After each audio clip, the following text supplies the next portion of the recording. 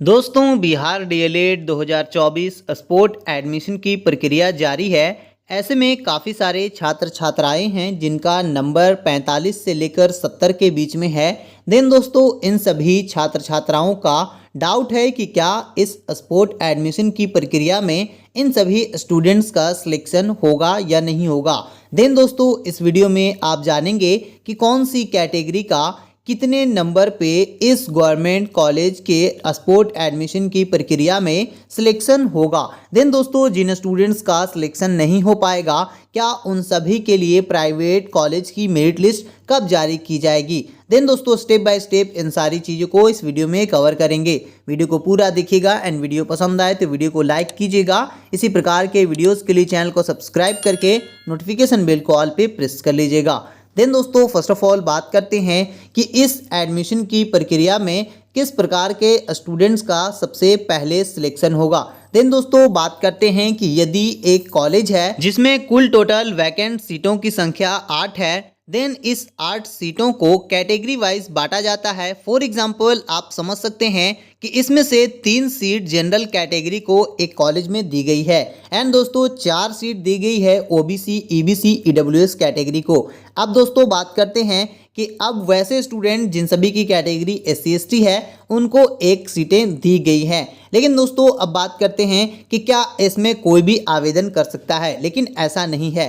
दोस्तों 3 सीटें दी गई है जनरल कैटेगरी को, तो उसमें जनरल कैटेगरी वाले भी वैसे होंगे जिसमें 1 सीट पूरी जनरल कैटेगरी का आवेदन लिया जाएगा। 2 सीटें ऐसे होंगे जिसमें एक उसमें स्पेशल स्टडी एज लाइक आप समझ सकते हैं कि उर्दू उनकी है तो वो सिर्फ उर्दू वाले स्टूडेंट्स ही उसमें आवेदन कर सकते हैं। एंड दोस्तों यदि एक की उसमें डिपेंडेंट है या फिर दोस्तों उसमें आप सभी का फ्रीडम फाइटर यानी कि है तो उसमें वही आवेदन कर सकता है। अब दोस्तों बात करते हैं कि यदि 4 सीटें हैं ओबीसी कैटेगरी में उसी कॉलेज में, तो दोस्तों उसमें 2 सीटें बांटी गई हैं कि उसमें पूरी ओबीसी कैटेगरी उसमें आवेदन कर सकती है। लेकिन दोस्तों 2 सीटें उसमें वैसे रहेंगे जिनमें एक रहेगा उर्दू के लिए या फिर संस्कृत के लिए एंड दोस्तों एक रहेगा आप सभी को डिपेंडेंट के लिए। तो आप सभी का ये चीज़ क्लियर हो गया है। एंड दोस्तों 1 सीटें यदि आपको दी जाती है या फिर 2 सीटें दी जाती है एससी एसटी कैटेगरी को, तो उसमें से भी एक इसी प्रकार से रहेगी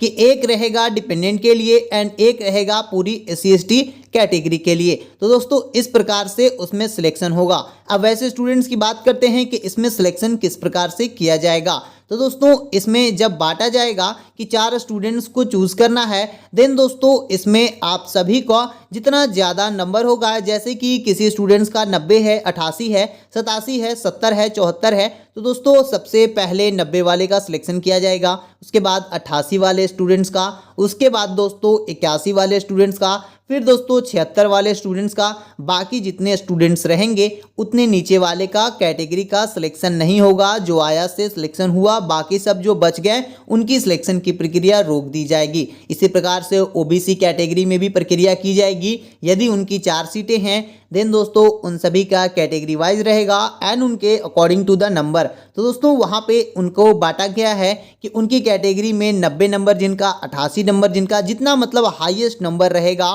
उन सभी का पहले सिलेक्शन होगा। यदि उतने नंबर के डबल स्टूडेंट हैं तो उसका भी उसी में सिलेक्शन हो जाएगा।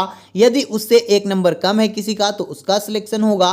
यानी कि जिन स्टूडेंट्स का जितना मार्क्स बेसिस पे सिलेक्शन होने वाला है। दोस्तों अब वैसे स्टूडेंट्स की बात करते हैं कि क्या वे डिपेंडेंट हैं या फिर उर्दू हैं, तो क्या उनकी कैटेगरी में कम नंबर है, 40 से ऊपर है यानी कि 42 से ऊपर है, 42 उनका कट ऑफ है, तो 45 है एंड बाकी स्टूडेंट्स की नंबर 74, 75, 80 है, तो क्या इसका सिलेक्शन नहीं होगा। तो दोस्तों बात करते हैं कि वैसे स्टूडेंट जिन सभी की यहाँ पे डिपेंडेंट रहेंगे या फिर वे स्टडी उर्दू या फिर संस्कृत से रहेंगे, तो उनका अगर कैटेगरी में उनके टाइप से किसी अलग आवेदन की आएगी उनका नंबर 45 की जगह 46 रहेगा तो उनका सिलेक्शन होगा। अन्यथा जिनका 45 है वो अकेला रहेगा, उनका सिलेक्शन कर दिया जाएगा। बिकॉज वहाँ पे कोई भी ऑप्शन नहीं रहता है कि कोई अदर्स वहाँ पे एप्लीकेशन आवेदन कर सकता है।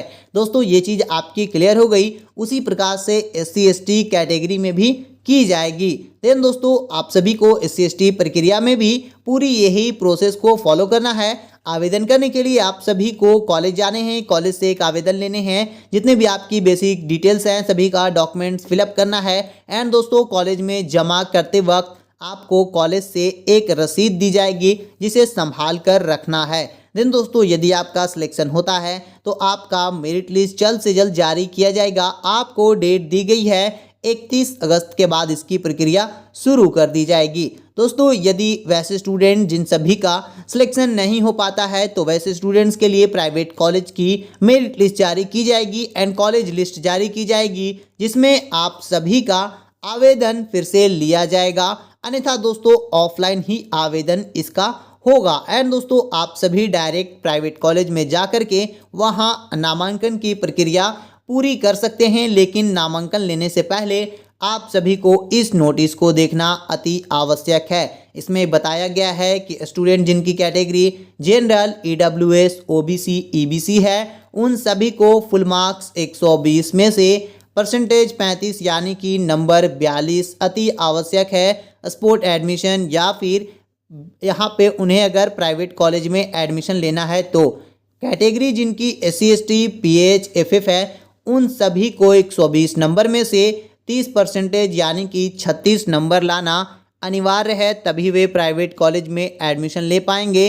अन्यथा वैसे स्टूडेंट जो इतने से कम नंबर वाले स्टूडेंट्स प्राइवेट कॉलेज में किसी ब्रोकर के थ्रू एडमिशन लेते हैं उन सभी का एडमिशन हो जाएगा, लेकिन रजिस्ट्रेशन की प्रक्रिया जब होगी तो उनका नामांकन रद्द कर दिया जाएगा। अभी उनका पैसा बर्बाद हो जाएगा एंड समय भी बर्बाद हो जाएगा।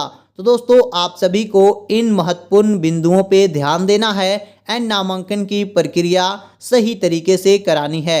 आई होप दैट ये सारी चीज़ें क्लियर आपको समझ में आ चुकी होंगी, लेकिन फिर भी किसी प्रकार का डाउट है देन आप कमेंट कर सकते हैं। कमेंट के माध्यम से पूरी सहायता की जाएगी।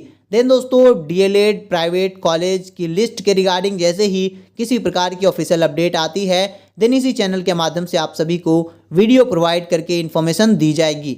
वीडियो पसंद आया हो तो वीडियो को लाइक कीजिए, अपने दोस्तों भाई बहनों के साथ शेयर अवश्य करें ताकि उन्हें भी इस महत्वपूर्ण जानकारी के बारे में पता चले। देन दोस्तों मिलते हैं फिर किसी इसी प्रकार के नई अपडेट के साथ, तब तक के लिए शुक्रिया। जय हिंद।